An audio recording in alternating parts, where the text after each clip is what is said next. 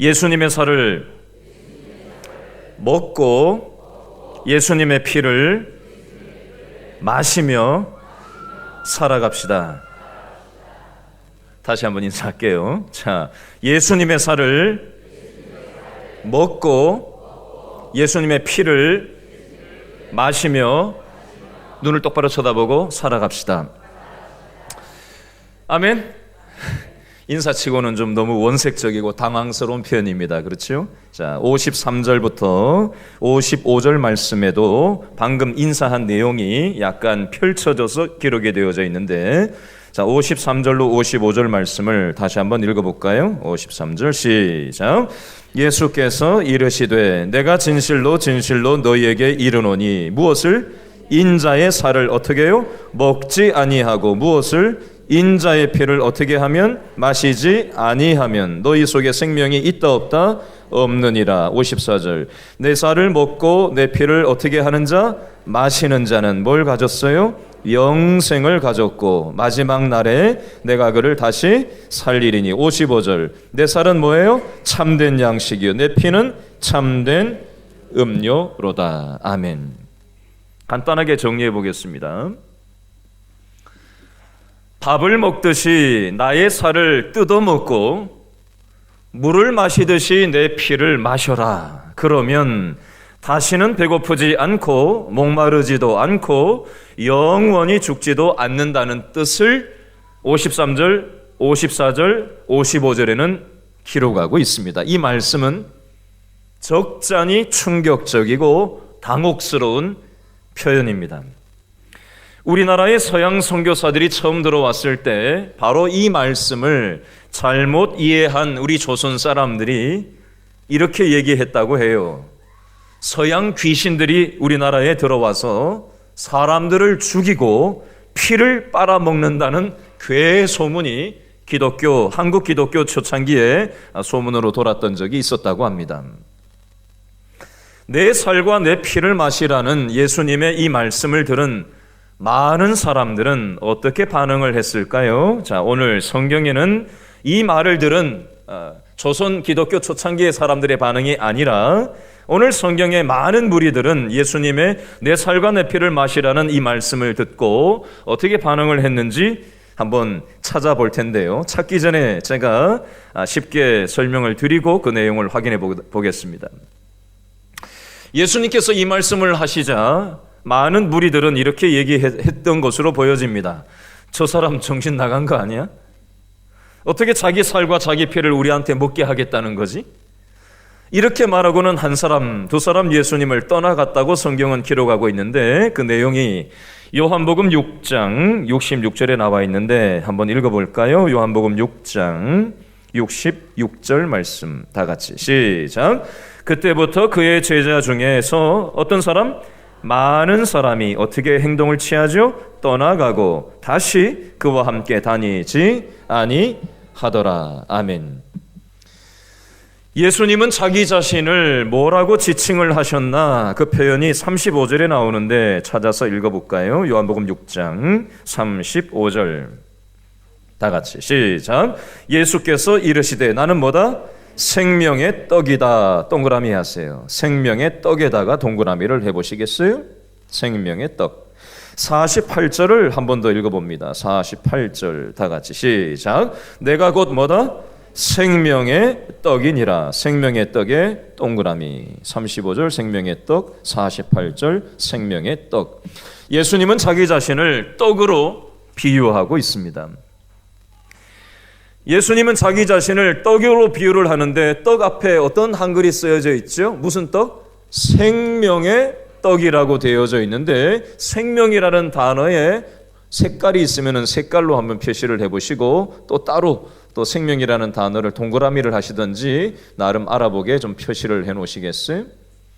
한글 성경에서는 생명이라고 번역이 되어져 있는데 헬라어 성경에서는 단어가 두 가지로 쓰여져 있습니다. 여러분 그 생명이라는 단어 옆에다가 빈 여백에다가 헬라어 단어 두 가지를 써놓으세요. 그냥 하라는 대로 써놓으세요. 1번 비오스 한글로 써놓으시면 돼요. 비오스라는 단어가 첫 번째 헬라어 단어고요.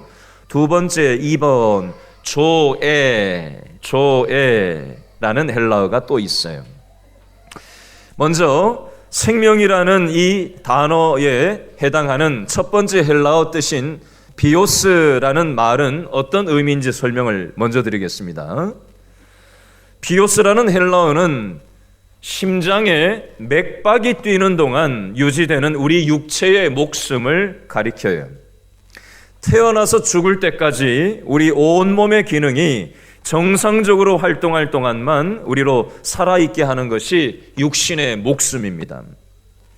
여러분 손을 들어서 여러분 가슴에 한번 대보시겠어요? 뛰어요? 다 뛰죠? 안 뛰는 사람은 여기 보니까 없는 것 같아요. 그죠? 이 맥박이, 심장 맥박이 뛰는 거는 살아있다는 거예요. 육신의 목숨이 붙어 있다는 거예요. 자, 이 비오스라는 말은 육신의 생명을 얘기하는 건데요. 예를 들어보겠습니다. 쉽게. 15년 전쯤에 제가 신촌 세브란스 병원 응급실에 갔던 적이 있어요. 왜 갔느냐면요. 제가 그 당시 사역하고 있던 교회에 선교사님이 몽골에서 오셨는데 이 선교사님이 심장이 좋지 않으신 분이셨어요. 근데 비행기를 타다 보니까 더 영향을 받아서 공항에서 몽골 공항에서 벌써부터 안 좋았었고 한국에 내렸을 때도 공항에서 심장 상태가 보통 안 좋은 상태가 아니라서 겨우 저희 교회까지 모셨는데 도대체 지금 가만히 여기 있어서는 안 되겠다 싶은 판단이 들어서 앰뷸런스를 불러서 같이 타고는 신촌 세브란스 병원 응급실에 같이 갔던 적이 있었어요. 같이 선교사님을 돌보고 옆에 앉아 있는데 세브란스 병원 응급실에 같이 그 옆 베드 세 번째 옆에 베드쯤 되는 그 베드에 누가 들어왔냐면은 오토바이를 타다가 교통사고가 나서 긴급하게 실려온 젊은 청년이 하나 실려왔어요. 이미 실려왔을 때 배가 남산만한 상태였고요. 부어서. 그리고 응급조치를 의사들, 간호사들이 열 몇 명이 달려들어서 이렇게 저렇게 별과 조치를 다 해봤지만 10분이나 채 지났을까 싶은 그 시간이 지나기 전에 그 청년은 맥박이 뛰지 않는 상태가 돼버렸어요. 그래서 사망 진단이 나왔고 그리고는 의사와 간호사들이 웃으면서 시체를 정리하는 모습을 제가 지켜봐야만 했습니다.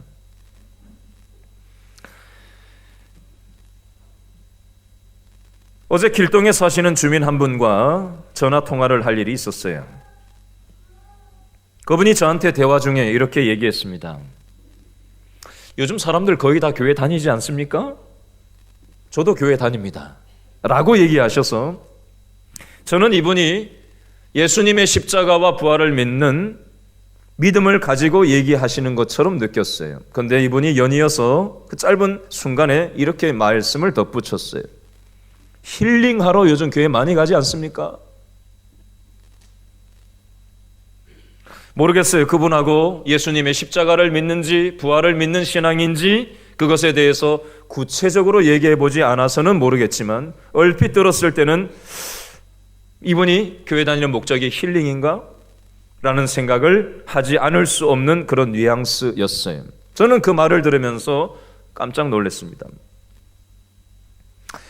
여러분, 예수님을 찾아온 군중들이나 오늘날 대부분의 사람들은 육신의 목숨인 비오스가 전부인 줄로 알고 살아갑니다. 그래서 사람들은 이슬람교의 마호메트든 불교의 석가든, 여러분 이것은 교회 다니는 사람 얘기가 아닙니다. 기독교의 예수든 누구든 상관없이 이 세상에서 나를 건강하게 해주고 배부르게 해주고 행복하게 살게만 해준다면 누구든 하나님으로 모실 마음을 가지고 사람들은, 많은 군중들은 그렇게 종교 생활을 합니다.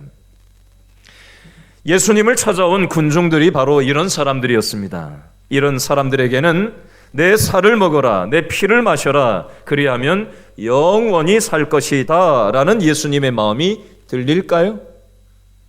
들리지 않습니다.